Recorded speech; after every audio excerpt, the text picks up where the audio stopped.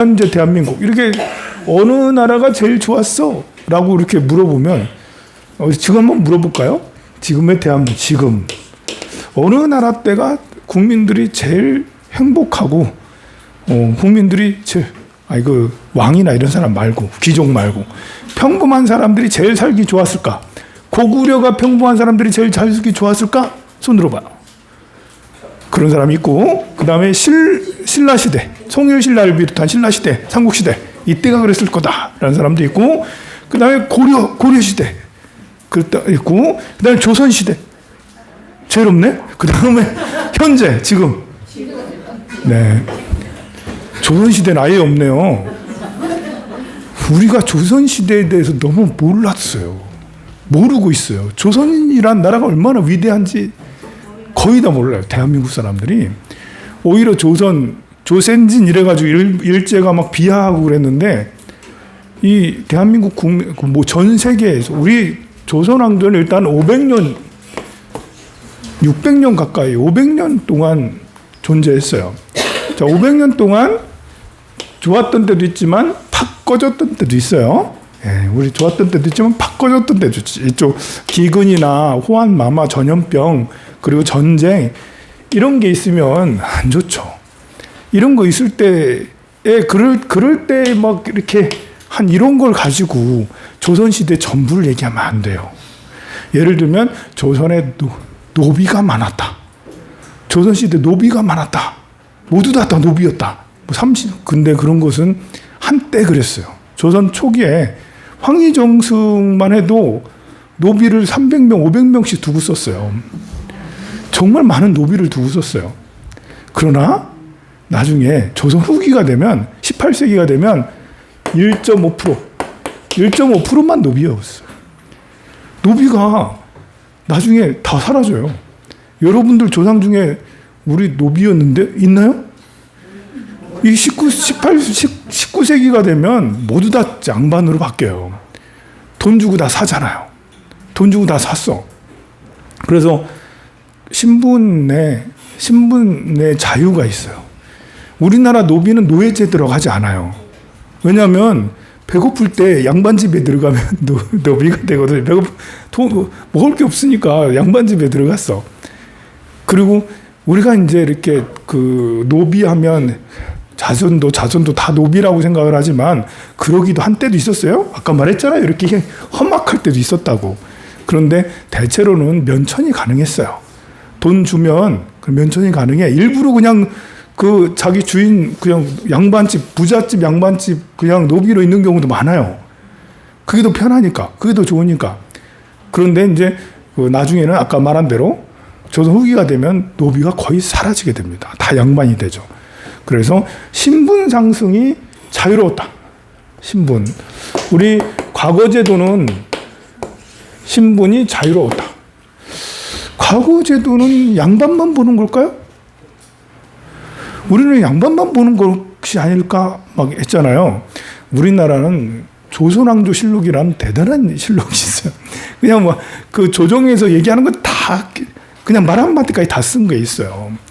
그걸 통계적으로 이렇게 내보면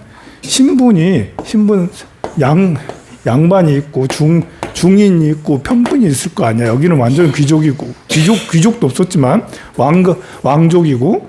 그런데 평범한 양인들도 과거 시험을 봐서 합격해서 신분 상승하는 경우가 종종 발생해요.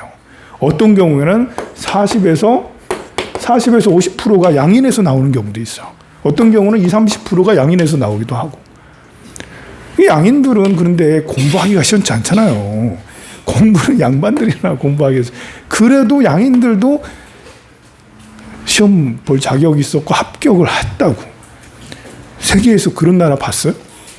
세계에 역사상 500년 동안 과거 제도가 있었고, 과거 제도가 일반인 평범한 사람들도 과거를 볼 수 있었고 거기 합격한 사람이 있었다라는 거. 저 유럽에 가도 그런 경우 없고요. 그리고 뭐 중국도 그런 게 없습니다. 세계 어느 나라를 가도 이렇게 그 신분이 자유롭게 왔다 갔다 할 수 있는 나라가 없어요. 이것만 놀라운 게 아니에요. 조선의 놀라움은 세금 제도에도 놀라운 게 있어요. 세금 제도가 놀라워.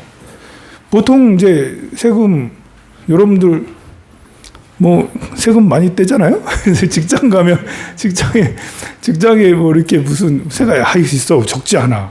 요즘엔 보험까지 이제 다 있는데, 근데 조선 초기에는 한 10% 정도, 내가 산출한 양의 10% 정도를 세금을 했어요. 부과를 했어요. 근데 이것이 가면 갈수록 줄어. 그래서 나중에 2%가 돼. 이런 나라 세상에 없어요. 일본 얘기할까요? 일본은 60%가 세금이에요. 이게 60%가 아니에요. 이게 소득세하고 차원이 달라요. 이것은 내가 만든 생산의 60%인 거예요. 생산한 것에 60%를 세금을 내야 돼. 일반 평범한 사람 80%나 되는 평범한 사람들은 다 이 세금 부과를 해야 될 의무가 있는 거예요. 이게 말이나 돼요? 그래서 일본 사람들은 먹을 게 없는 거예요. 일본 사람들이 괜히 소식하겠어요? 일본 사람들, 우리나라는 여기에 이렇게 먹어. 고봉방배에서 먹는데, 일본은 요만한 것에다가 일식일찬. 이게 일식일찬이라고 하는 것도 그렇게 해서 사람들 배불리 먹다가 비만하니까 이렇게 하는 게 아니에요. 먹을 게 없으니까. 나라에서 그냥 평민들은 일식일찬 하세요. 반찬 몇 개 둘 수가 없으니까 아껴 먹으라고 이렇게 한 거예요. 근데 우리는 그릇도 크지? 요거에 고봉밥이지? 우리는 이걸 가지고 놀렸어요, 사실. 우리 옛날 사람들 왜 이렇게 밥을 많이 먹었지? 놀렸잖아. 왜 조선 사람들은 밥을 많이 먹었지? 근데 세계 어느 나라를 가도 평범한 사람들이 저렇게 밥을 많이 먹는 나라 없어요.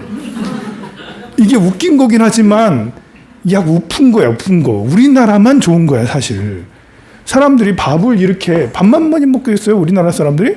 김치 담아놓고 봄에는 봄나물, 가을에는 가을 반찬들도 즐비하게 해 먹었습니다. 진짜 많은 반찬들을, 우리나라 반찬들이 종류가 엄청 많잖아요. 유럽에 가봐요. 빵하고 이거밖에 뭐 없어요. 그냥 버터 발라고. 일본에도 있다 해도 이게 좀 그래. 우리나라만큼 풍부하게 왜 풍부했겠습니까? 그래 많이 먹었기 때문에 그런 거예요. 왜 많이 먹을 수 있었겠어요? 세금이 2%밖에 안 되는 거예요. 그러면 우리나라 사람들은 왜 세금이 적었냐? 이 왕이 성리학자야. 공자님들이야, 전부 다. 왕들이 성리학을 다 전공했어. 저 왕들이 어렸을 때부터 학문을 안 닦을 수가 없었습니다. 옆에 그 대신들이 공부 안 하면 공부 안 한다고 과외 공부를 옆에 신하들이 엄청 시켰거든요. 우리는 성리학의 나라잖아, 조선시대는. 그럼 왕들이, 성리학은 뭐예요? 충효라고 얘기하지만 왕이 뭘 해야 되냐면 애민, 국민들을 사랑하는 마음이 너무나도 큰 거야.